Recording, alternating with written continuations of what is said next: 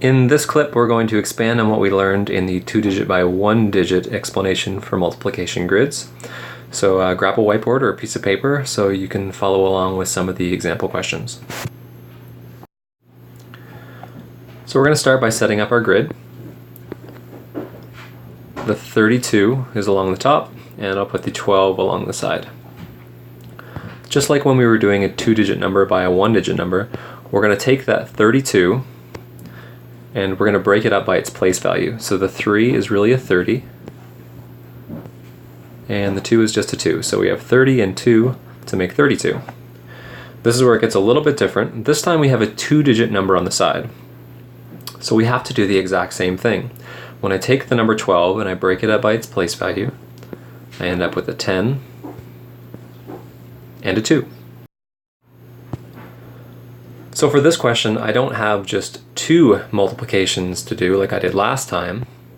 This time I actually have 4 boxes I need to fill in. So it's kind of like using a multiplication chart. I start at the top and work my way down to the box, and I start way over on the side to work my way in so that I find out which numbers line up with each box. So for this one, it's 10 times 30. So for our mental math trick, we do 1 times 3 is 3.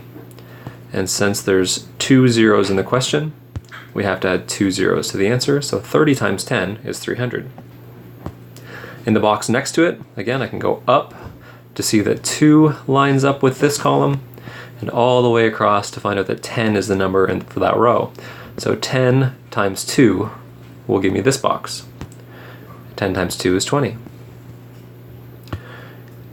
In this box, I go across to the 2, and all the way up to the 30, so this box is 30 times 2.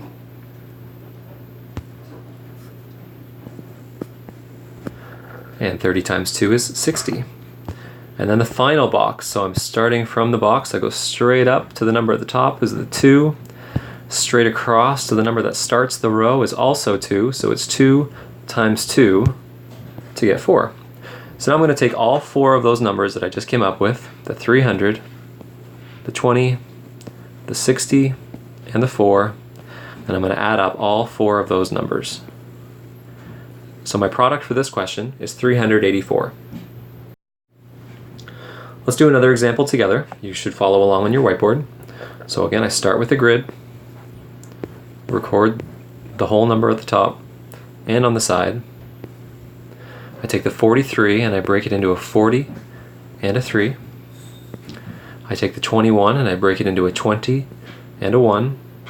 And this leaves me now with 4 empty boxes that I need to fill in with partial product multiplications. So for the first box, I'm going to do 40 times 20, because those are the numbers that align with this box. 4 times 2 is 8. Add the 2 zeros in for 800. To get this box, I'm going to 300 and then over to 20. So 20 times 3. 2 times 3 is 6, with 1 zero in the end makes 60. For the box down below, I'm going straight up to 40 and straight across to 1, so it's 1 times 40 is still 40. And in the last box, I'm going straight up to the 3, straight across to the 1, so that's 1 times 3 to get 3. Now I'm going to take all 4 of those numbers that I just found to add them up.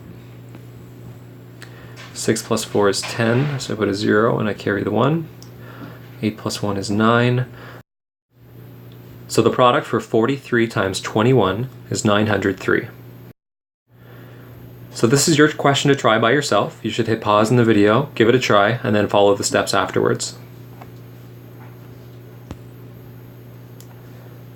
Okay, so let's set up our grid. We have a 24 and a 51. 24 becomes a 20 and a 4. 51 becomes a 50 and a 1. For this box, I'm lining up 20 and 50. 2 times 5 is 10, and then I have to add on the 2 zeros that are in the question to make 1,000. In the next box, I have 4 and 50, so 50 times 4 5 times 4 is 20. Add the 0 on, so that 4 times 50 is 200.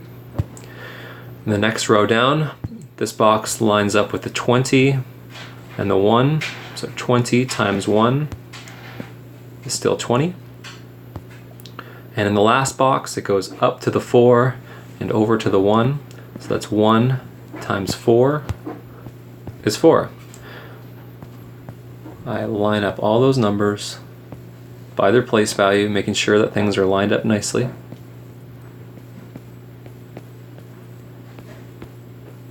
And when I add up all those numbers, I find out that the total product for 24 times 51 is 1,224. I hope you found this video helpful. Find more like it at mrhenniger.com.